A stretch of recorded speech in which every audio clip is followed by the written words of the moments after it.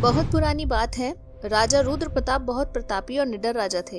वो बहुत न्यायप्रिय और प्रजावत्सल थे, लेकिन जिज्ञासु होने के कारण उनके पैर एक जगह नहीं टिकते थे। देश विदेश में घूमकर उनकी संस्कृति व रहन सहन के बारे में जानना उन्हें बहुत ही अच्छा लगता था। इस घूमने की वजह से उन्हें बार बार वेशभूषा बदलनी पड़ती थी, जिसमें राजा रुद्र प्रताप बहुत प्रवीण हो गए थे। एक बार व्यापारी का वेश बनाकर राजा अपने विश्वास पात्र मंत्री अनंत के साथ दक्षिण दिशा की ओर देश की तरफ चल दिए। उनके घोड़े हवा से बातें करते हुए चले जा रहे थे। जंगल के रास्ते में गहरी रात हो गई। भूख भी जोर से लग रही थी। किसी वृक्ष के नीचे रुककर उन्होंने रात बिताने का निर्णय कर लिया। मंत्री अनंत खाने के लिए फल तोड़ लाया। फल खाकर राजा को प्यास लगी तो दोनों आसपास पानी तलाशने लगे। तभी उनकी नजर एक रूपवती स्त्री पर पड़ी, जो एक घड़े में पानी लिए जा रही थी। राजा को घोर आश्चर्य हुआ कि इस गहन जंगल में ये इतनी सुंदर स्त्री कहाँ से और कैसे आ गई। अभी राजा उससे कुछ बोलने ही वाले थे कि अनंत ने राजा का हाथ पकड़कर रोक दिया और चुपचाप उसका पीछा करने लगे। वो स्त्री एक गुफा में प्रवेश कर गई। दोनों बाहर रुककर अंदर से आने वाली आवाजें सुनने लगे। अंदर से 2-3 मनुष्य के बातें करने की आवाजें आ रही थीं। राजा दंग रह गया। इस सुनसान जंगल में ये लोग कौन हैं? उन्होंने उस गुफा में प्रवेश करने की ठान ली।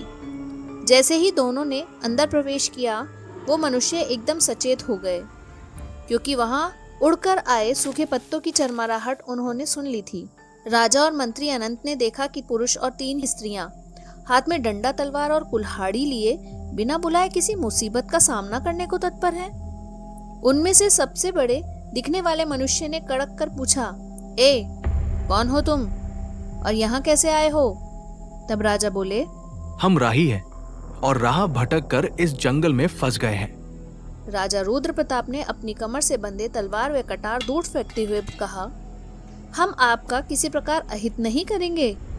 ऐसा आश्वासन देकर उन सभी को राजा ने आश्वस्त किया और अपना व अनंत का परिचय एक व्यापारी का दिया। अनंत ने सन्नाटा भंग करते हुए पूछा, आप लोग इस गहन जंगल में किस आशय से हैं? यहाँ क्या कर रहे हैं? इस पर उनमें से सबसे बड़े दिखने वाले व्यक्ति ने कहा कि मेरा नाम चंद्रमणि है। हमारा दुर्भाग्य हमें इस वीरान जंगल और जंगली जानवरों से भरे इस घने जंगल में ले आया है। हम सब कांतिपुर नामक नगर के निवासी हैं। मैं एक मंदिर का महंत हूँ, जिसमें नित्य प्रति नगर का राजा दर्शन व पूजन करने के लिए आया करता था। पर नियति तो देखो, अब मैं इन सब दुविधाओं को झेल रहा हूँ। रुद्र प्रताप ने पूछा, तो ऐसा क्या हो गया? सभी सुख सुविधाओं को त्याग कर आप लोगों की ये दशा कैसे हो गई? तो चंद्रमणि के चेहरे पर दुख व अनजानी चिंता की लकीरें साफ दिखाई देने लगी। लगभग हकलाते हुए उसने बताया कि मेरी छोटी बेटी विद्या और बड़ी बेटी वाणी हाट के लिए गई हुई थी, जो नगर के द्वार के निकट ही थी। अचानक एक बहुत ज्यादा शोर करते हुए लोग उसकी ओर आगे आ रहे थे, जहां मेरी बेटियां कुछ खरीदारी कर रही थी। उन लोगों के पीछे पीछे एक बहुत भयंकर राक्षस चला आ रहा था। जो उसके सामने आता उसे अपने गदा से मारकर घायल करता चला आया था। राजा के सैनिकों ने लड़ने की कोशिश की, लेकिन कुछ ही पलों में सारे के सारे सैनिक ढेर हो गए। भगदड़ मचती देख वाणी और विद्या ने भी भागना शुरू किया, तो ना जाने कैसे राक्षस ने देख लिया और पीछा करके उनके समीप आ गया। वाणी तो कहीं छुप गई, लेकिन छोटी बेटी विद्या को उसने पकड़ लिया और विद्या से बड़े प्रेम भरे शब्दों से बोला, मैं तुमसे शादी करना चाहता हूँ। एक बार मैंने तुम्हें पानी लाते हुए देखा था, तब से ही मन तुम्हें चाहता हूँ। चाहूँ तो अभी तुम्हें उठाकर ले जा सकता हूँ, लेकिन मैं तुम्हारा दिल जीतना चाहता हूँ। इसलिए मैं तुमसे बात करने आज यहाँ आया हूँ। मैं जानता हूँ कि तुम कहाँ रहती हो। मैं पूर्णिमा की संध्या को तुम्हारे घर पहुँच जाऊंगा।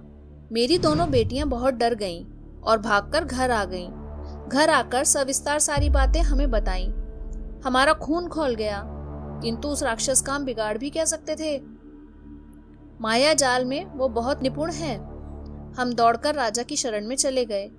राजा वीरभद्र ने हमें आश्वस्त किया और भेज दिया, परंतु उपाय उनके पास भी नहीं था।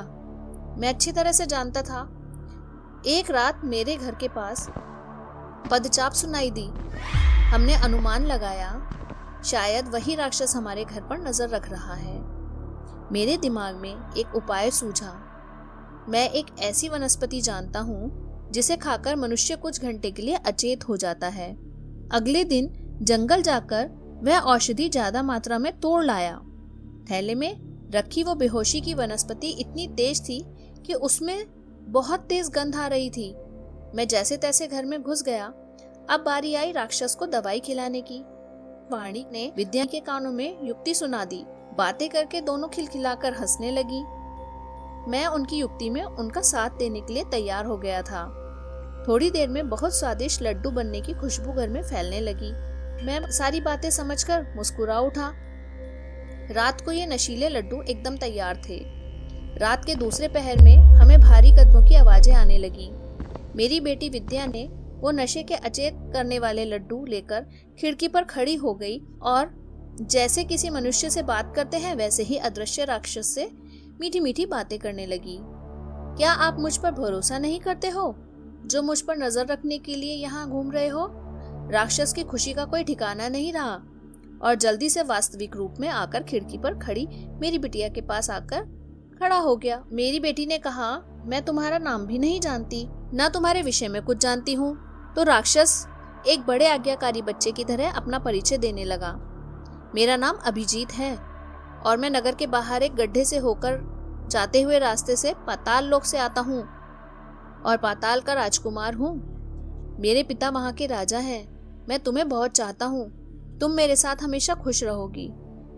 विद्या ने झूठी खुशी दिखाते हुए कहा, वाह, मैं पाताल लोक के राजा की रानी बनूंगी। मैं आज बहुत खुश हूँ। राक्षस अभिजीत बोला, यही नहीं, मेरे पास बहुत बड़ा खजाना है, हम बहुत धनवान हैं। विद्या ने झटपट सूझबूझ दिखाते हुए कहा, लो, इसी खुशी में मिठाई खाकर मुंह मीठा करो। राक्षस ने कहा, नहीं। तो विद्या अवाक खड़ी रह गई कि अब क्या होगा। पर अचानक राक्षस बोला, मैं तुम्हारे इन प्यारे हाथों से ही लड्डू खाऊंगा। तो विद्या तैयार हो गई और राक्षस एक एक करके 18-20 लड्डू खा गया। हर लड्डू पर वो तारीफों के पुल बांध रहा था और खाता जा रहा था। तभी उसकी आवाज लड़खड़ाने लगी और दीवार के सहारे बैठने लगा और बड़बड़ाता जा रहा था, बहुत स्वादिष्ट लड्डू हैं, बहुत स्वादिष्ट लड्डू हैं। थोड़ी देर बाद वो बेहोश होकर धरती पर लुढ़क गया। मेरी बेटी ने गौर से देखा और हिम्मत करके बाहर जाकर उसे हिला डुलाकर आवाज लगाई, अभिजीत, अभिजीत। लेकिन वो टस से मस न हुआ। जो सामान पहले ही हमने बांधकर रखा हुआ था उठाकर सर पर दौड़ने लगे और यहाँ पर आकर ही दम लिया। जब हम निकल रहे थे, जरूरत का सारा सामान हमने यहाँ जुटा लिया था। फिर भी अगर कोई चीज की जरूरत होती है तो मेरी पत्नी जानकी जाकर ले आती है, क्योंकि राक्षस तो उसे पहचानता ही नहीं है। राजा ने पूछा, आपके राजा ने आपकी कोई सहायता क्यों नहीं की? तो महंत चंद्रमणि ने कहा, हम किसी को भी बिना बताए चुपके से यहाँ आ गए थे। राजा रुद्र प्रताप बोले, आप बिल्कुल भी दुखी ना हो, मैं और मेरा साथी अनंत आप लोगों की सहायता करेंगे। आप बस हमें अपने नगर व घर का रास्ता बता दो। चंद्रमणि ने कहा, नहीं नहीं, राक्षस बहुत ही भयानक है और वो बहुत बलशाली भी है। उसे मारना व्यापारियों के बस की बात नहीं है। आप लोग इस गुफा में आराम करो और कल सुबह यहाँ से अपने रास्ते पर चले जाना। राजा बोला, आप हमें कम ना समझें, हम दोनों एक बड़ी सेना के लिए पर्याप्त हैं। अनंत ने रहस्य खोलते हुए कहा कि ये श्रावस्ती के महान महाराज रुद्र प्रताप हैं। इतना सुनते ही चंद्रमणि और उनका परिवार जमीन पर घुटनों के बल बैठकर महाराज को प्रणाम करने लगे। आसपास के राज्यों में भी रुद्र प्रताप की वीरता व महानता की चर्चाएं बहुत आम थीं। अब उन्हें विश्वास हो गया, हमारे सामने कोई साधारण व्यापारी नहीं, अपितु वीरता व बल की मूर्ति महाराज रुद्र प्रताप है। अब रुद्र प्रताप को उन सभी ने निसंकोच घर व नगर के दोनों का रास्ता बता दिया। अगली सुबह उस परिवार ने रास्ते के लिए भोजन बनाकर दिया और उनसे दोबारा मिलने का वचन लेकर विजय तिलक कर दिया। क्या राजा रुद्र प्रताप और अनंत उस भयंकर राक्षस का सामना कर पाएंगे? क्या विद्या उस राक्षस से बचकर स्वतंत्र अपने परिवार के साथ रह पाएगी? और क्या राक्षस इन सब लोगों का अंत करके विद्या को अपने राज्य पाताल लोक की रानी बना लेगा? इन सभी सवालों के जवाब पाने के लिए अवश्य सुने इस कहानी पाताल लोक का राजा का पार्ट 2।